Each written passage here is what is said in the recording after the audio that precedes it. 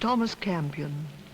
When thou must home to shades of underground, and there arrived, and now admired guest, the beauteous spirits do engirt thee round, white Ivy, blithe Helen, and the rest, to hear the stories of thy finished love, from that smooth tongue whose music hell can move. Then wilt thou speak of banqueting delights, of masques and revels which sweet youth did make, of tourneys and great challenges of knights, and all those triumphs for thy beauty's sake. When thou hast told these honours done to thee, then tell, oh tell, how thou didst murder me.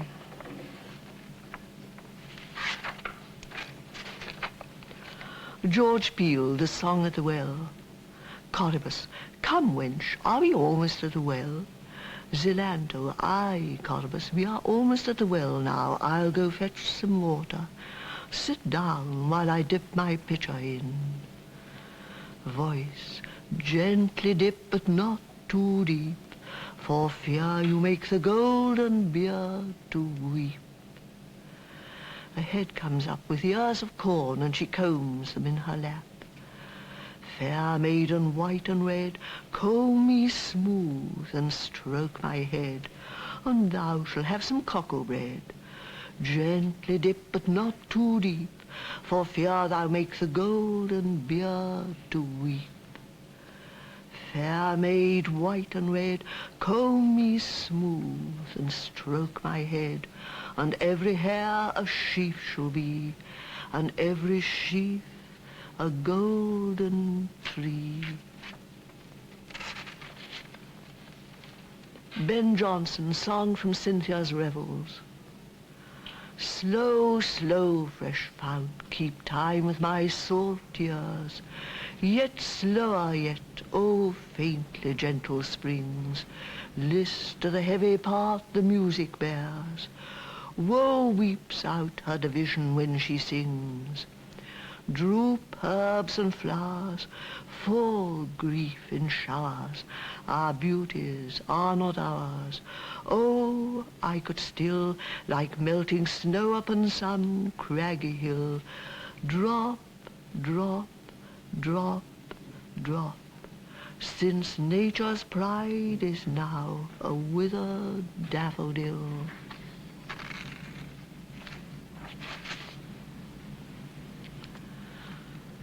John Donne, A Valediction of Weeping. Let me pour forth my tears before thy face, whilst I stay here, for thy face coins them, and thy stamp they bear, and by this mintage they are something worth, for thus they be pregnant of thee. Fruits of much grief they are, emblems of more. When a tear falls, that thou falls which it bore, so thou and I are nothing then, when on a diver's shore. On a round ball, a workman that hath copies by can lay, and Europe, Afric, and an Asia, and quickly make that which was nothing all.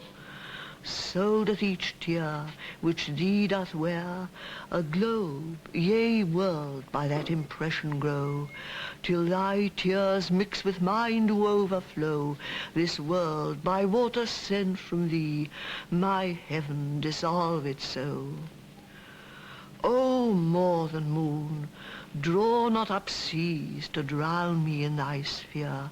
Weep me not dead in thine arms, but forbear to teach the sea what it may do too soon. Let not the wind example find to do me more harm than it purposeth, since thou and I sigh one another's breath.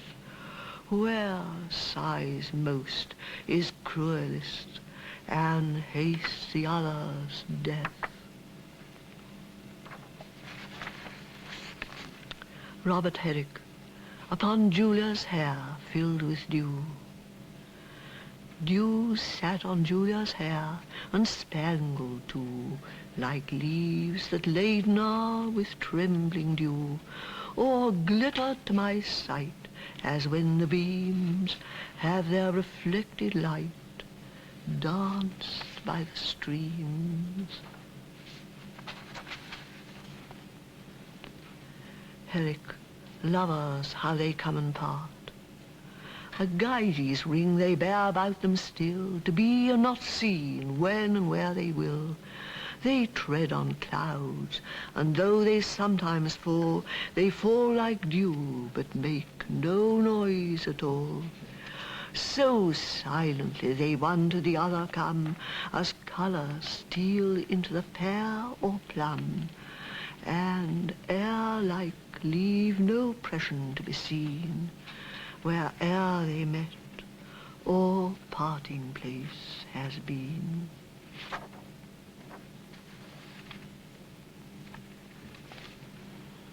W.B. Yeats, Three Things. Oh, cruel death, give three things back, sang a bone upon the shore. A child found all a child can lack, whether of pleasure or of rest, upon the abundance of my breast. A bone, wave-whitened and dried in the wind. Three dear things that women know, sang a bone upon the shore. A man, if I but held him so when my body was alive, found all the pleasure that life gave. A bone, wave-whitened and dried in the wind. The third thing that I think of yet, sang a bone upon the shore, is that morning when I met face to face my rightful man, and did after stretch and yawn. A bone, wave-whitened and dried in the wind.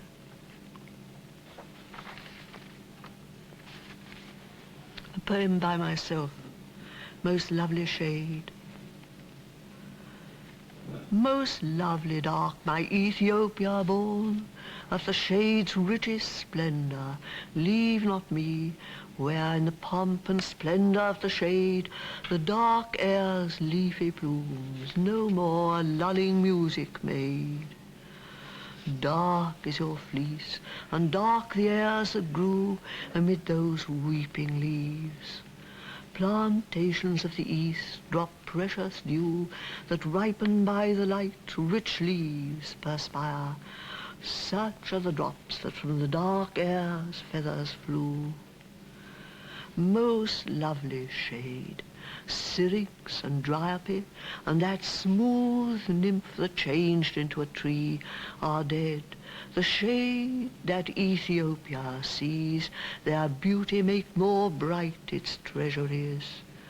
Their amber blood in porphyry veins still grows, deep in the dark secret of the rose, and the smooth stem of many a weeping tree, and in your beauty grows. Come then, my pomp and splendour of the shade, most lovely cloud that the hot sun made black as dark-leaved airs. Come then, O precious cloud, lean to my heart.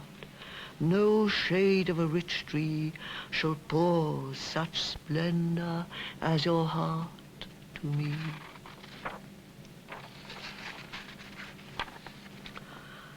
A song from Measure for Measure. Take, oh take those lips away that so sweetly were forsworn, and those eyes the break of day, lights that do mislead the morn. But my kisses bring again, seals of love, but sealed in vain, sealed in vain.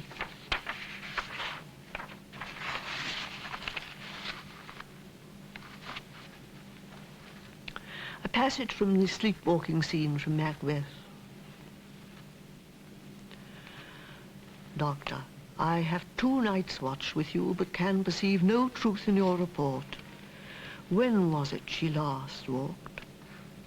Gentlewoman, Since His Majesty went into the field, I have seen her rise from her bed, throw her nightgown upon her, unlock her closet, take forth paper, fold it, write upon it, read it, afterwards seal it, and again return to bed, yet all this while in a most fast sleep.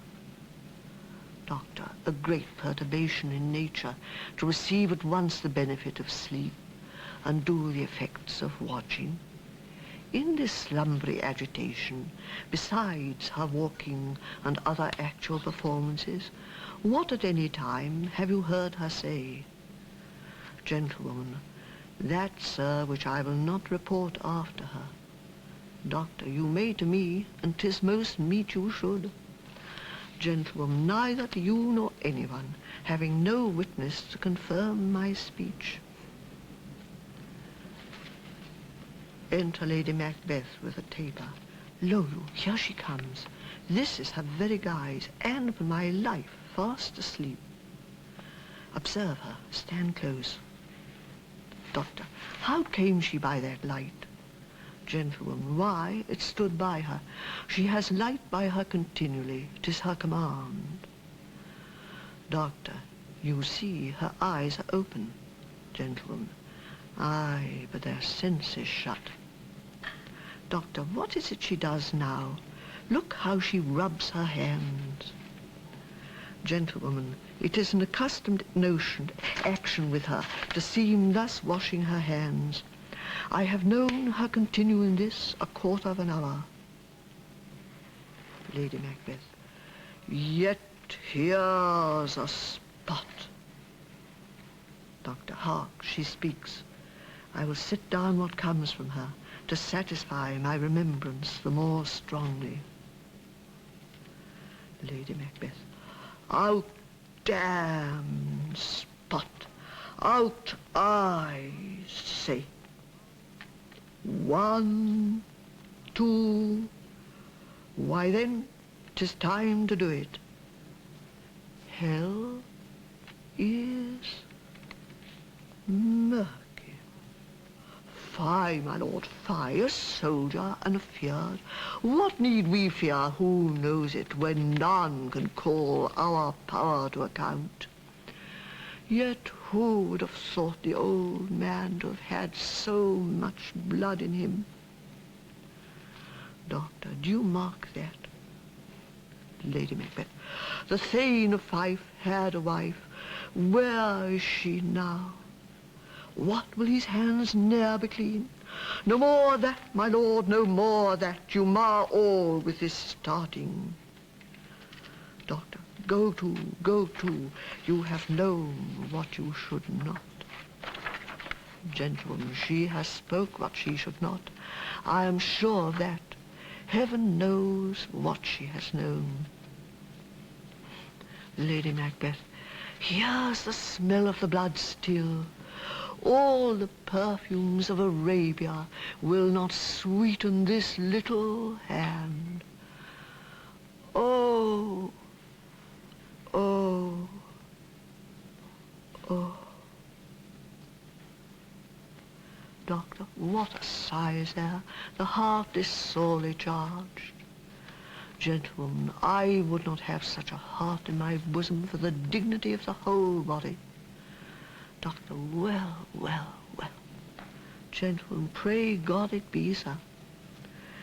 Doctor, this disease is beyond my practice, yet I have known those which have walked in their sleep, who have died holily in their beds. Lady Macbeth, wash your hands. Put on your nightgown. Look not so pale. I tell you yet again, Banquo's buried. He cannot come out on's grave. Doctor, even so. Lady Macbeth, to bed, to bed. There's knocking at the gate. Come. Give me your hand. What's done cannot be undone. To bed, to bed, to bed.